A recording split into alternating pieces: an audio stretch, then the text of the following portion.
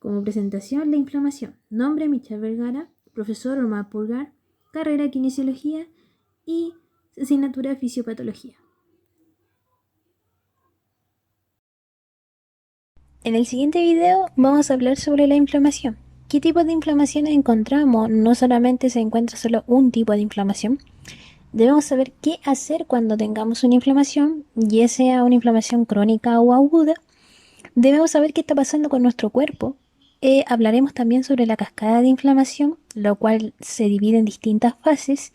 Y hablaremos cómo prevenir esta inflamación cuando estemos presentes ante alguna. Consecuencias de la inflamación. Las consecuencias que puede tener una inflamación aguda dependerán de la naturaleza o de la intensidad de la lesión. También debemos tener en cuenta el lugar y el tejido afectado, como también dependerá de cómo sea la capacidad de la persona para desencadenar una respuesta. Puede evolucionar de tres maneras. Encontraremos la resolución. Ocurre cuando la lesión es limitada o de duración breve. No hay destrucción del tejido o es mínima y el tejido es capaz de sustituir a las células lesionadas de forma irreversible. También tenemos la cicatrización o la fibrosis. Ocurre cuando la destrucción ística es importante o cuando la inflamación afecta a tejidos sin capacidad de regeneración. Y encontramos la progresión hacia la inflamación crónica. Dependiendo de la magnitud de los daños ísticos pasados y presentes de la capacidad de los tejidos afectados para regenerarse, la inflamación crónica puede evolucionar hacia el restablecimiento de la función y la estructura normal. Tipos de inflamación. En los tipos de inflamación encontramos la inflamación crónica. La inflamación crónica se define como una inflamación prolongada, es decir, por semanas, meses o hasta años, en la que la inflamación activa, la lesión ística y la resolución ocurren simultáneamente. Se caracteriza por inflamación por células mononucleadas, macrófagos, linfocitos y células plasmáticas, destrucción ística provocada por las células inflamatorias, reparación que implica la proliferación de nuevos vasos, angiogénica y fibrosis. La inflamación crónica puede formar parte de una inflamación aguda. Esta transición sucede cuando la respuesta aguda no puede resolverse, ya sea por la persistencia del agente nocivo o por una interferencia del proceso normal de curación. En otros casos, algunas formas de lesión, como infección víricas, generan una respuesta inflamatoria crónica, prácticamente desde el principio. Encontramos inflamaciones crónicas en distintas circunstancias, como en las infecciones víricas, en las infecciones microbianas persistentes, en la exposición prolongada de agentes potencialmente tóxicos y en enfermedades autoinmunes. Inflamación aguda. Se producen señales de peligro con producción de citoquinas u otras quimioquinas que van a activar tanto al fibroblasto como al macrófago para que estos produzcan una serie de citoquinas y quimioquinas proinflamatorias. Estas señales de peligro van a activar también a células dendricas inmaduras que migrarán hacia los linfónodos regionales para iniciar una respuesta inmune adaptativa. Esta inflamación produce los signos clínicos clásicos de la inflamación. Existen 4 signos cardinales de la inflamación. El enrojecimiento o rubor se debe principalmente a la vasodilatación que se produce en la zona inflamada. Encontramos el edema o tumor, que es el aumento del líquido intersticial y formación de edema. Encontramos el calor. Aumento de la temperatura en la zona inflamada se debe a la vasodilatación y al incremento del consumo local de oxígeno. Y por último, encontramos el dolor. Aparece como la consecuencia de la liberación de sustancias capaces de provocar la activación de los nociceptores. Y por último, encontramos inflamaciones de bajo grado, especialmente significativamente personas obesas. En la actualidad, la obesidad es considerada una enfermedad crónica multifactorial, resultado de las interacciones entre cargas genéticas y ambiente que afectan un gran porcentaje de la población a todas las edades, sexo y condiciones sociales. Se define como una acumulación anormal o excesiva de tejido adiposo que puede ser perjudicial para la salud.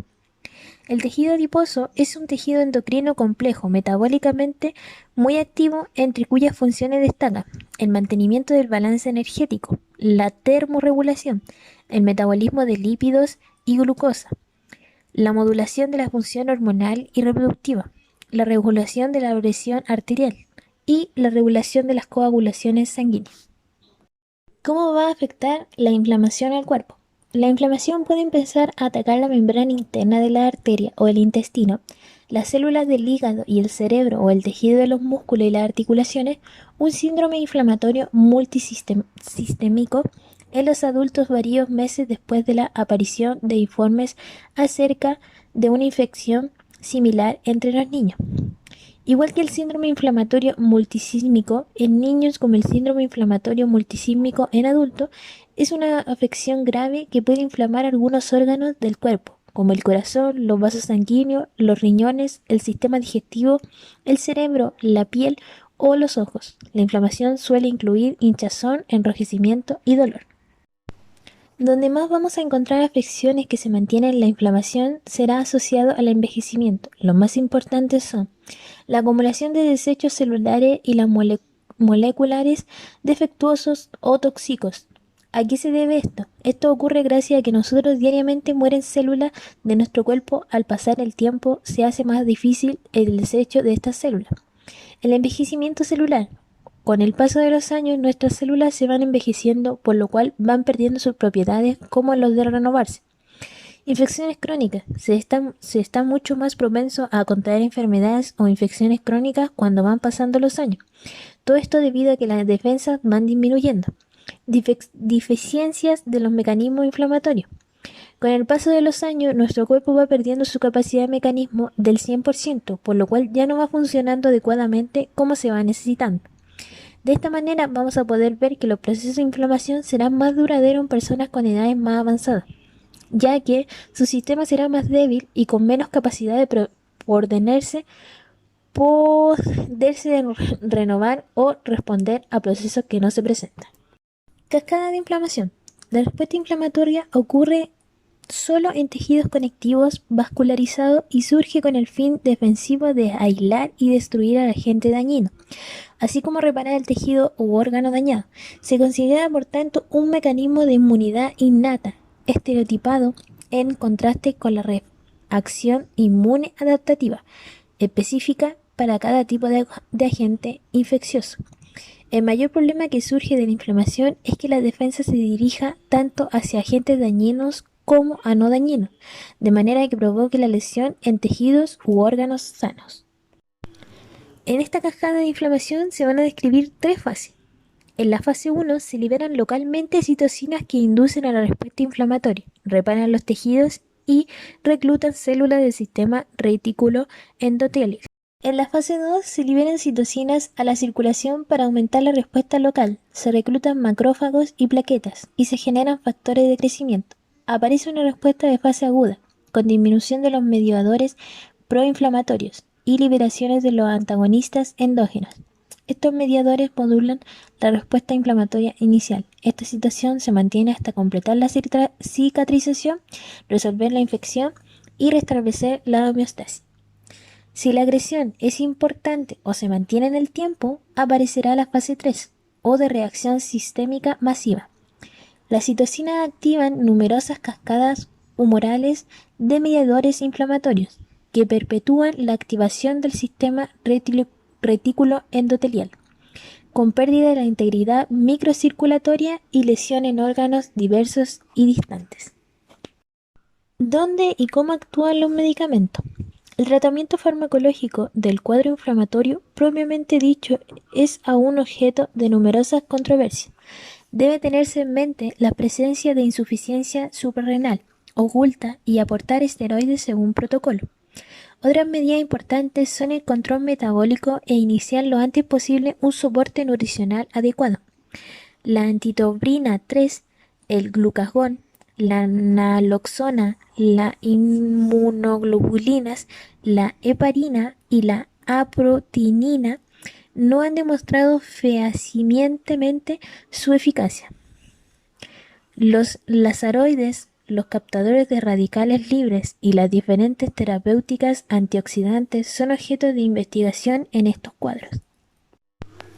Un medicamento común para la inflamación es el ibuprofeno. Se puede comprar sin receta médica. Otro medicamento para la inflamación es la indometacina, la prednisona es un esteroide que se usa comúnmente para tratar la inflamación.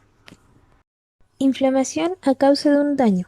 La inflamación es la fase inmediata y crítica para la reparación y curación del tejido. La respuesta inflamatoria provoca la vasodilatación, lo que aumenta el flujo sanguíneo hacia la zona dañada y la permeabilidad de los vasos. A su vez, esto provoca que se filtren células factores de la coagulación y un exudado rico en proteínas a la zona cercana a los tejidos dañados. El mayor flujo sanguíneo aumenta la perfusión de los tejidos y la cantidad de oxígeno disponible para los procesos de reparación tisular. La mayor presión osmótica atrae más líquidos con células y nutrientes hacia la zona de la herida, lo que causa hinchazón local y dolor. Las causas de la inflamación en una herida. Los procesos de curación de una herida consta de 3 fases parcialmente simultáneas. Lo que ocurre que es la inflamación, la proliferación y la remodelación. Inflamación detonada por una patología. Cuando la homeostasis es desfavorable y esta situación se mantiene, los macrófagos pueden producir daño tisular activando la formación de radicales libres y otros elementos oxidantes que son tóxicos para la célula. Si las células mueren, los tejidos se dañan y dejan de hacer su función, dando lugar a enfermedades de tipo crónico. Las más relacionadas con este proceso son la diabetes, la artritis reumatoide, el asma, la enfermedad inflamatoria intestinal, etc. Encontramos en las enfermedades agudas. Las causas desencadenantes de las enfermedades agudas, por ejemplo la gota, la vasculitis, por ejemplo, inmunitaria, a menudo es exógena y claramente reconocible. La enfermedad es autolimitada debido al éxito de la respuesta inflamatoria para eliminar el estímulo dañino. En enfermedades crónicas, la causa de las enfermedades crónicas, por ejemplo el lupus, la artritis reumatoide, con frecuencia es remota y no es reconocible una vez que se ha establecido por completo el fenotipo único de la enfermedad y que el diálogo está claro. Por lo general, la propagación de las enfermedades ocurre como resultado de la respuesta autoinmunitaria, que induce un ciclo de daño que se va amplificando por sí mismo. Las condiciones que conducen al inicio de las enfermedades autoinmunitarias crónicas ocurren de manera poco común, pero una vez establecida la enfermedad, los brotes son frecuentes. En conclusión, en relación con la carrera de kinesiología y en el ambiente de una lección o una recuperación con un profesional, el proceso de inflamación tendremos que tener presente que cuando estamos presentes ante un proceso de inflamación, debemos saber cómo vamos a trabajar en esta zona, ya que no podremos poner fuerza. Será un cuidado mayor al ejercer un ejercicio. Como medicamento o forma de poder curar la inflamación, va a ser colocar frío a la zona para que de esta forma produzcamos una vasodilatación en zonas dañadas, para que así como kinesiólogos podremos hacer nuestra sesión y trabajar la articulación o zona dañada. Los terapeutas de rehabilitación profesionales tratan el dolor y la inflamación. En este tipo de tratamientos contribuyen a facilitar el movimiento y a capacitar el afecto para participar más plenamente en la rehabilitación. Las técnicas utilizadas incluyen termoterapia, tratamiento mediante frío, estimulación eléctrica, tracción, masaje y acupuntura. Por esta razón, debemos siempre estar alerta ante cualquier inflamación, ya que por más pequeña sea la inflamación, puede ser prolongada y encontraremos con una inflamación crónica. Si esto ocurre, nos debemos dirigir ante un especialista para poder saber qué está pasando con nuestro mecanismo del cuerpo. A continuación presentamos lo que fue la bibliografía para crear este video, como también el informe que está relacionado con este video. Y aquí se ocuparon 2 libros, bueno, 2 pequeñas partes del libro, el cual fue Enfermedades inflamatorias reumáticas, de fisiología de la enfermedad, el capítulo 24, y el síndrome de la respuesta inflamatoria sistemática y síndrome de multiorgánica, que fue el capítulo 1 de 1. Muchas gracias por su atención, espero que haya sido de su gusto este video.